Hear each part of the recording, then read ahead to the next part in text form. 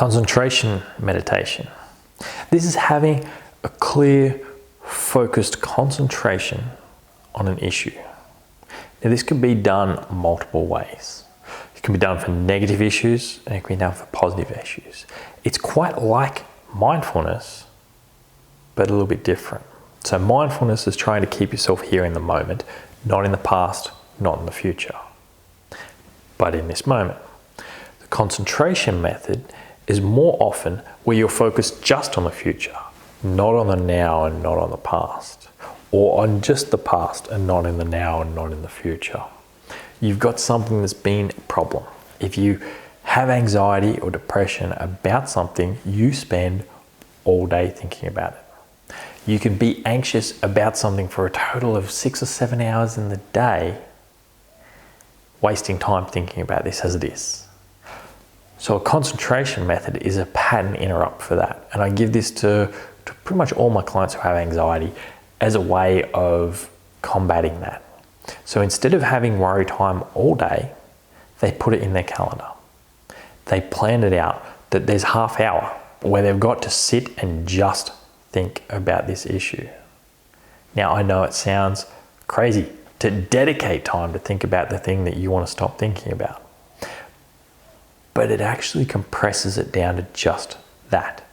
So when you start to get that anxiety and that worry and that fear, you tell yourself, no, we're dealing with this at 6:30 tonight. We've got it in the calendar. We're going to sit down and we're going to just think about this.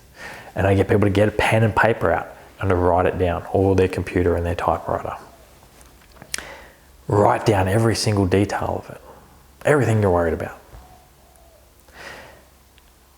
Put all your concentration into getting the clearest detail possible as you can, putting it into black and white. Now again, some people don't like the idea of this because it feels like it's going to make it more real if it's written down. It's more real when it's in your head for 6, 7, 8, 9, 10 hours a day. So then the next day, when you come back to your meditation, 6:30, again, you've got your worry time. You've told yourself that when you're getting anxious through the day, no, I'm going to drop this, coming back to it. 6:30 tonight, just focus on that. You sit down, you get out what you wrote out, and you read through it, nice and slow. And you ask yourself, did I miss anything? Maybe you got to make some notes and add some bits in between so that you can print out different for next time. Then you can start to problem solve with it. So then your meditation, so you sit down with that bit of paper and you start thinking about that story, but you're not thinking about it in that anxiety way where it just bounces all around. So generally somebody's anxiety, it's a 5-10 minute story at max. But as you know, if you've experienced it, it can go all goddamn day long. It'll do the beginning, it'll do the middle, it'll do the end. Then it'll do the beginning again, then it'll do the beginning again, then it'll do the beginning again, then maybe the end, then maybe the middle, then the end, then the beginning, and the middle, the end. It's bouncing it all over. And then it goes on with the shame about it and all the rest of the stuff that just weighs it down. So you're just going through the story in chronological order. And then you're doing, what can I do about it? Is there anything I can actually do? And you sit down and you think about everything you could do about it. And you write it all down, no matter how stupid or crazy it is. You concentrate on every possible solution of what you could do about it. And then another meditation is to sit down with that list again.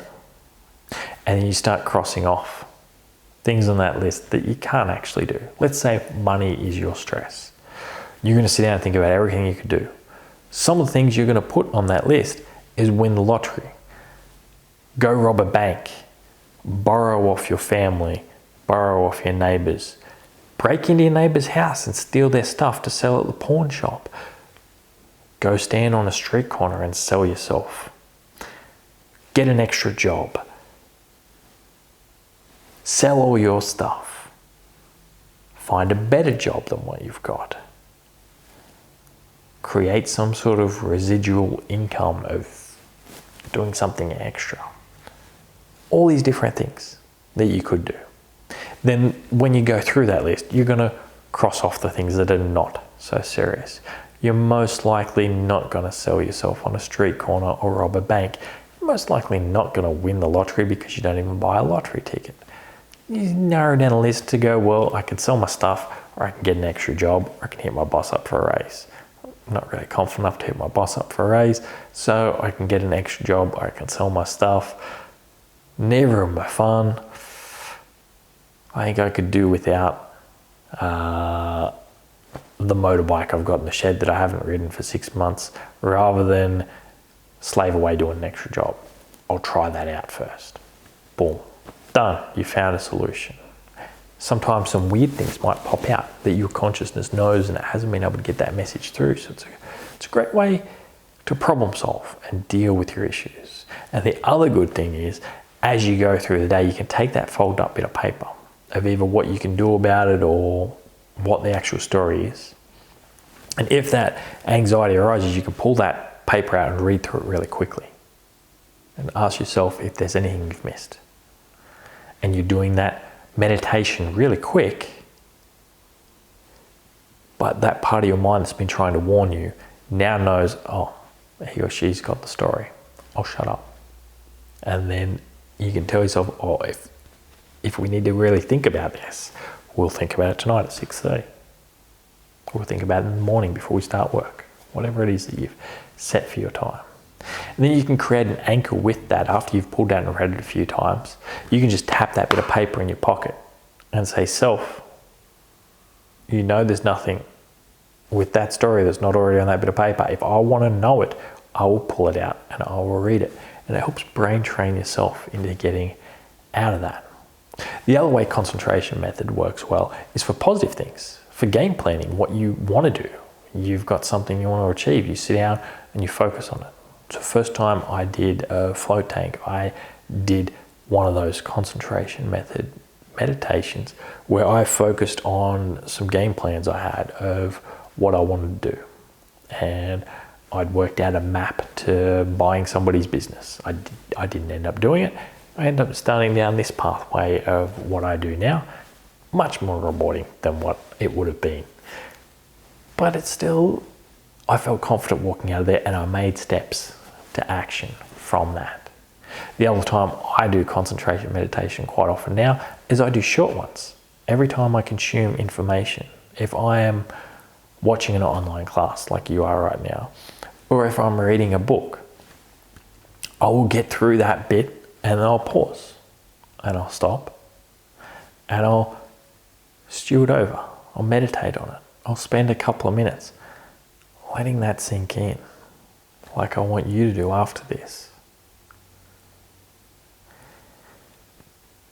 And see how I can integrate it and make that work within my life to help click things in. And that worry time thing, it really changed the way I worried about things. I could just stop. I could just sit and close my eyes and think, no, we've got it in our calendar. I'll worry about that later. And then I can come back.